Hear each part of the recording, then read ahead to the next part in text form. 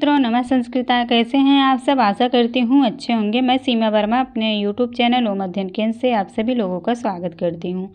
आज मैं Bihar TGT, PGT एवं एडेड जूनियर शिक्षक भर्ती से संबंधित महाकवि कालिदास विरचित कुमार संभवम महाकाव्य से कुछ बहुत ही महत्वपूर्ण पॉइंट आप लोगों को बताऊंगी, जो संभावित प्रश्न परीक्षा में आने वाले हैं। उन्हीं पे आज चर्चा होगी। तो आज की क्लास शुरू करने से पहले आप सभी मित्रों से अनुरोध है, जिन्होंने चैनल को सब्सक्राइब नहीं किया, प्लीज़ चैनल को लाइक, सब्सक्राइब, शेयर करिएगा और एक प्यारा सा कमेंट करिएगा, जिससे हमें प्रोत्साहन मिल सके अगली वीडियो बनाने के लिए। तो चलिए फ्रेंड्स, आज की क्लास हम शुरू करते हैं। कुमार संभवम महाकाव्य का परिचय जानेंगे पहले हम लोग। पहला पॉइंट है, कुमार संभवम महाकाव्य कालिदास की प्रारंभिक रचना है। इसमें कवि शिव पार्वती विवाह, कुमार कार्तिकेय का जन्म तथा उनके द्वारा तारकासुर वध की कथा वर्णित है। इस महाकाव्य में 17 सर्ग हैं, किंतु प्रथम 8 सर्गों को ही कालिदास की रचना माना जाता है। विवरण टीका के लेखक नारायण पंडित ने कहा, कुमार संभवम काव्य का लक्ष्य पार्वती द्वारा शिव के चित्त का आकर्षण मात्र था। अगला पॉइंट है, काव्य शास्त्री आचार्यों ने प्रथम 8 सर्गों से ही उद्धरण दिए हैं। मल्लिनाथ की संजीवनी टीका वस्तुतः 8 सर्गों तक ही है। मल्लिनाथ के पूर्ववर्ती अरुण गिरिनाथ ने भी 8 सर्गों तक ही टीका लिखी है। भाषा भाव की दृष्टि से परवर्ती सर्ग लौकिक सर्गों की अपेक्षा हीनतर हैं।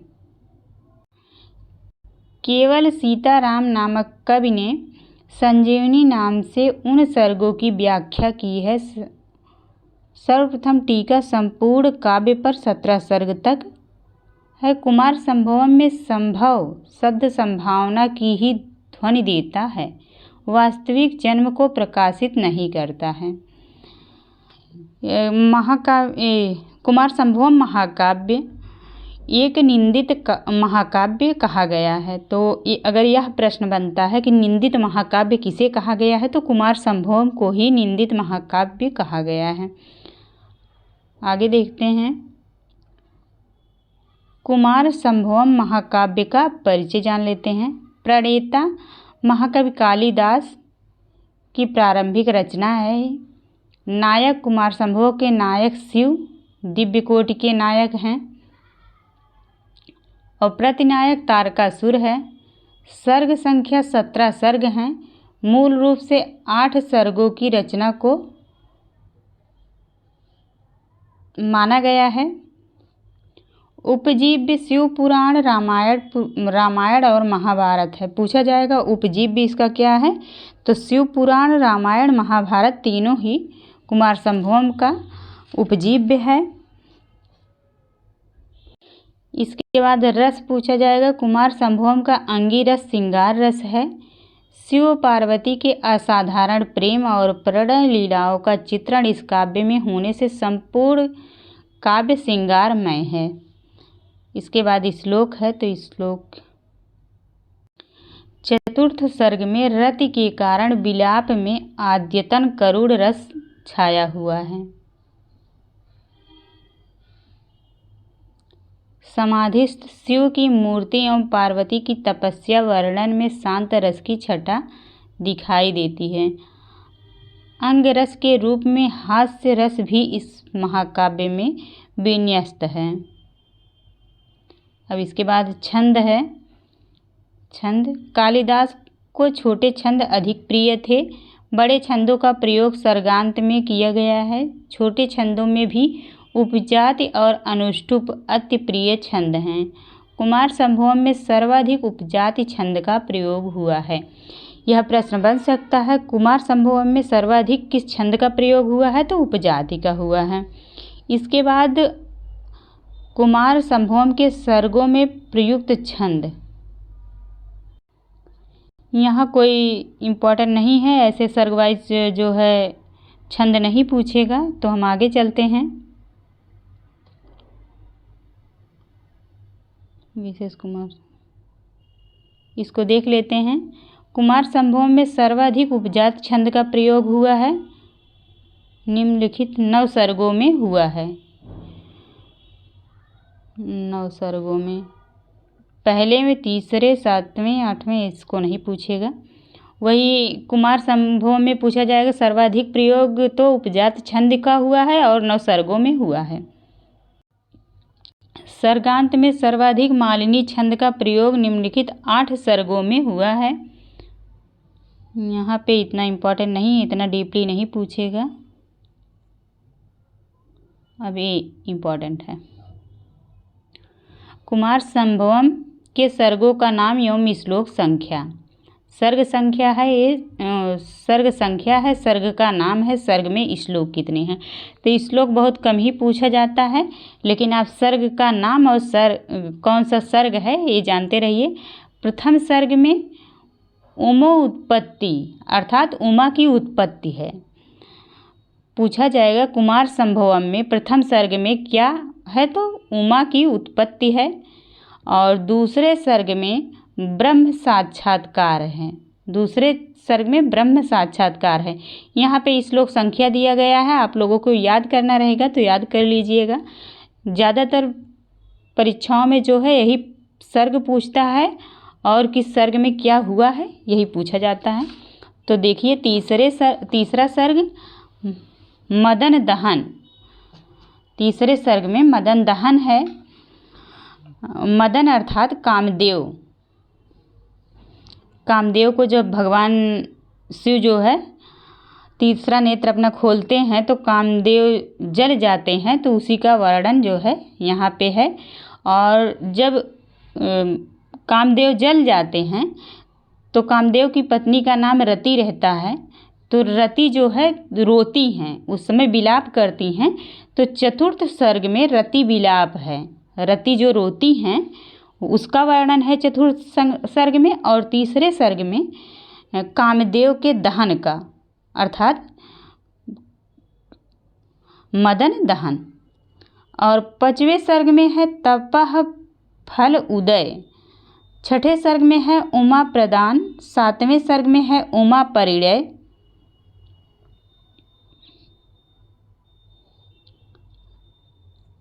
8वें सर्ग में है उमा सूरत वर्णन। और मल्लिनाथ ने कहा है श्री सीता कवि द्वारा उमा परिणय। इसको देखिए 8वें सर्ग में वही उमा सूरत वर्णन है। और 9वें सर्ग में है कैलाश गमन। 10वें सर्ग में है कुमार उत्पत्ति। एकादश सर्ग में है कुमार उत्पत्ति। कुमार उत्पत्ति दोनों सर्ग में है। 10वें सर्ग में और 11वें सर्ग में कुमार उत्पत्ति है। ये तो या तो गलत दिया होगा। और 12 सर्ग में है कुमार सेनापति वर्णन। 13वें सर्ग में है कुमार सेनापति अभिषेक। 14वें सर्ग में है देवसेना प्रयाण। पंचदश सर्ग में है देवसेना प्रयाण। सुरासुर सैन्य संघटन। और 16वें सर्ग में है देवसेना प्रयाण सुरा सैन्य संग्राम वर्णन। और सप्तदश सर्ग में है तारकासुर वध। ये इम्पॉर्टेंट है। और इसको जो है जो यहाँ पे कुमार उत्पत्ति दिया हुआ है इसको मैं देख के आप लोगों को बताऊंगी। ये 10वें सर्ग में तो कुमार उत्पत्ति है, परंतु 11वें सर्ग में क्या है मुझे क्लियर नहीं है, तो मैं कमेंट बॉक्स में आप लोगों को बता दूंगी। आगे देखिए कुल श्लोकों की संख्या पूछ सकता है। तो कुमार संभव में कुल श्लोकों की संख्या कितनी है? 1096। इसके बाद है सर्गानुसार कथा वस्तु। प्रथम सर्ग में है हिमालय का भव्य वर्णन और हिमालय मैना विवाह। ये इम्पॉर्टेंट है, पूछा जाएगा हिमालय मैना विवाह या हिमालय का भव्य वर्णन किस सर्ग में मिलता है? तो पहले सर्ग में मिलता है। इसके बाद इसको भी पढ़ लीजिएगा, लेकिन ये दोनों बहुत ही इम्पॉर्टेंट हैं। पार्वती का जन्म और सौंदर्य नारद द्वारा शिव पार्वती विवाह की चर्चा, पार्वती द्वारा शिव की आराधना। इसके बाद अब दूसरा सर्ग है, तारकासुर से पीड़ित देवताओं के द्वारा ब्रह्मा की प्रार्थना, ब्रह्मा द्वारा उपाय कि शंकर पार्वती पुत्र की तारक वध कर सकता है। फिर तीसरा सर्ग है, देवगण शिव के चित्त में क्षोभ उत्पन्न करने के लिए कामदेव का उपयोग करते हैं। कामदेव द्वारा वसंत ऋतु फैलाना, शिव पर बाण चलाना, शिव द्वारा कामदेव को भस्म करना। तो तीसरे सर्ग में कामदेव को शिव ने भस्म किया था, तो वही ये इम्पॉर्टेंट है।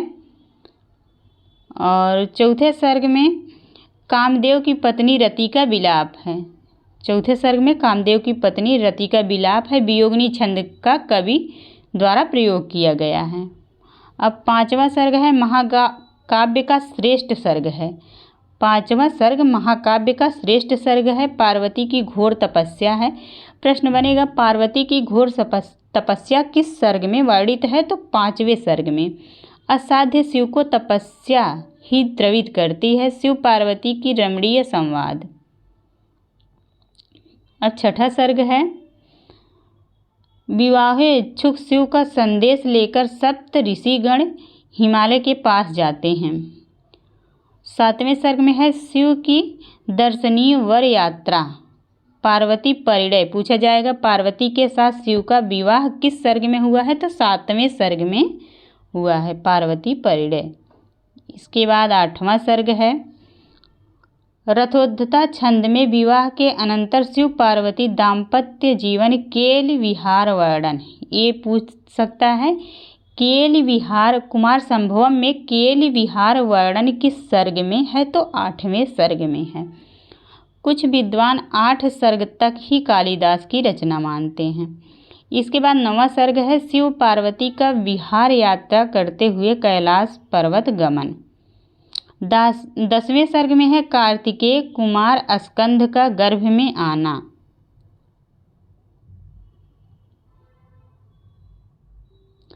अच्छा देखिए, यहाँ सही लिखा गया है, जो वहाँ कंफ्यूज था 10वें और 11वें सर्ग में। 10वें सर्ग में है, कार्तिकेय जो है माता पार्वती के गर्भ में आते हैं, और 11वें सर्ग में कुमार कार्तिकेय का जन्म होता है। ये यहाँ पर क्लियर हो गया है, आप लोग इसको अच्छे से पढ़ लीजिएगा। 10वें सर्ग में गर्भ में आते हैं कुमार कार्तिकेय, और 11वें सर्ग में जन्म लेते हैं, तथा बाल्यावस्था वर्णन अर्जुन की 4 पत्नी द्रौपदी, सुभद्रा, नागकन्या, लूपी, चित्रांगदा। इसके बाद 12वां सर्ग है, कुमार का सेनापति बनना। 13वां सर्ग में है, कुमार का सैन्य संचालन कौशल वर्णन। 14वें में देव सेना द्वारा आक्रमण हेतु प्रस्थान। 15वें में है, देवासुर सेनाओं का संघर्ष। 16वें में है, युद्ध वर्णन।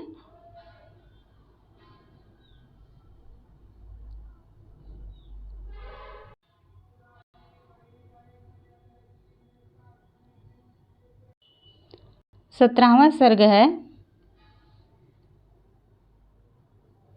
कुमार द्वारा तारकासुर का वध। प्रश्न बनेगा कि कुमार द्वारा तारकासुर का वध किस सर्ग में हुआ है? तो 17वें सर्ग में। इसके बाद है प्रमुख सूक्तियाँ। पहली सूक्ति है, शरीरमद्य खलु धर्म साधनम। दूसरी सूक्ति है, न धर्म वृद्धेषु वया समीक्षते। तीसरी सूक्ति है, आत्मेश्वराणाम नहि जातु विघ्नाः। चौथी सूक्ति है, कठिनाः खलु स्त्रियः। 5वीं सूक्ति है, प्रियेषु सौभाग्य फला ही चारुता। अगली सूक्ति है, न रत्न मनुष्यत मृग्यते ही तत्। और इसके बाद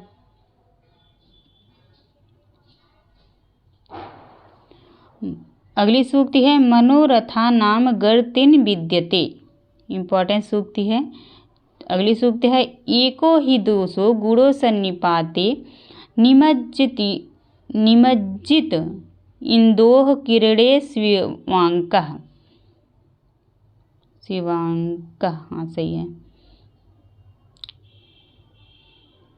इसके बाद है महाकाव्य का वैशिष्ट्य।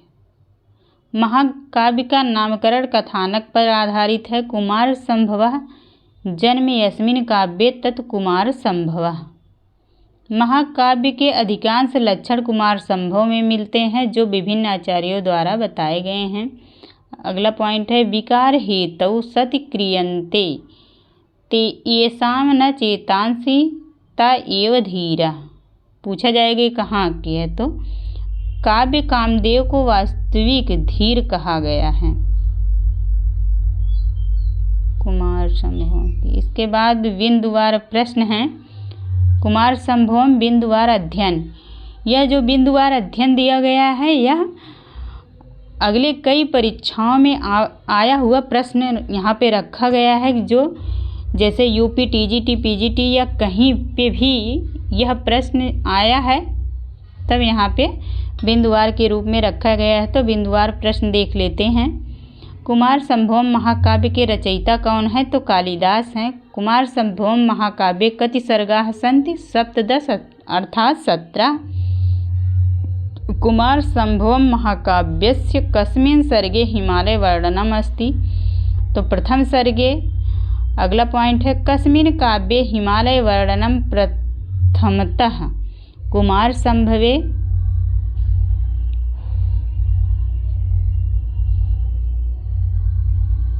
अगला पॉइंट है शिव पार्वत्योः चर्चा कस्मिन् ग्रंथे दृश्यते, तो कुमार संभवे। अगला है कुमार संभव महाकाव्ये कुमारः वर्तते, तो कुमार कार्तिकेय के लिए प्रयोग किया गया है। कुमार संभवम में किस राक्षस का वध वर्णित है, तो तारकासुर का। कुमार संभवे उमा तपोवर्णनम कस्मिन् सर्गे कृतम, तो 5वें सर्ग में उमा के तप का वर्णन किया गया है। इसके बाद अगला है स्थिता पृथिव्या यो मानदंडः अत्र अलंकारो अस्ति, यहाँ उत्प्रेक्षा अलंकार है। अगला पॉइंट है एको ही दोषो गुण सन्निपातो निमज्जितो इंदोः किरणे स्वांकः। उपर्युक्त सूक्ति कहाँ मिलती है, तो कुमार संभव में। अगला है शरीर मध्य खलु धर्म साधनम, बहुत ही इम्पोर्टेंट सूक्ति है, यह भी कुमार संभव की सूक्ति है। अगला पॉइंट है अस्ति उत्तरस्याम दिशि देवताम हिमालयो नाम नगाधिराजा। यह पंक्ति कहाँ प्राप्त होती है, तो कुमार संभव में। अगला है क्षुद्रे अपि नूनम शरणम प्रपन्ने ममत्वमुच्चैः शीर्षां सतीव, तो कहाँ की सूक्ति है, तो कुमार संभव में यह भी है। अगली सूक्ति है क्लेशः फलेन ही पुनर्वतां विधते, यह पंक्ति है तो कुमार संभव की है। अगला है स्थिता पृथिव्या यो मानदंडः, यह उक्ति है तो कुमार संभव की उक्ति है। अगला शरीर मध्य खलु धर्म साधनम, ऐसा उक्ति कस्य काव्यस्य, तो यह कुमार संभव का है और ब्रह्मचारी का कथन है। अगला पॉइंट है न धर्म वृद्धेषु वयः समीक्षते, इस उक्ति के रचयिता कौन है, तो महाकवि कालिदास हैं।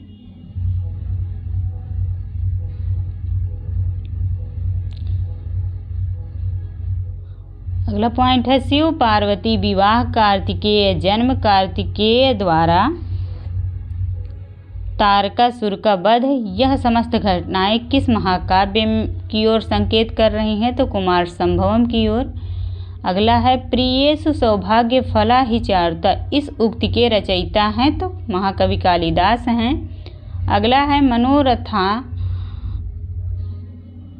मनोरथानाम गतिर्न विद्यते कस्य इदम कथनम, तो पार्वती का कथन है, पार्वत्याः। अगला है कुमार संभवम महाकाव्यस्य प्रारंभः की दृग्विध्येन मंगलाचरणेन अस्ति, वस्तु निर्देशात्मक मंगलाचरण है। पूछा गया है कुमार संभव महाकाव्य का मंगलाचरण किस प्रकार का है, तो वस्तु निर्देशात्मक मंगलाचरण है। आज की क्लास यहीं पे समाप्त करते हैं। आप सभी लोगों को यदि आज की क्लास अच्छी लगी हो तो प्लीज़ चैनल को लाइक, सब्सक्राइब, शेयर करिएगा और एक कमेंट ज़रूर करिएगा। तो चलिए फ्रेंड्स, आज की क्लास यहीं पे समाप्त करते हैं। आप सबको बहुत बहुत धन्यवाद।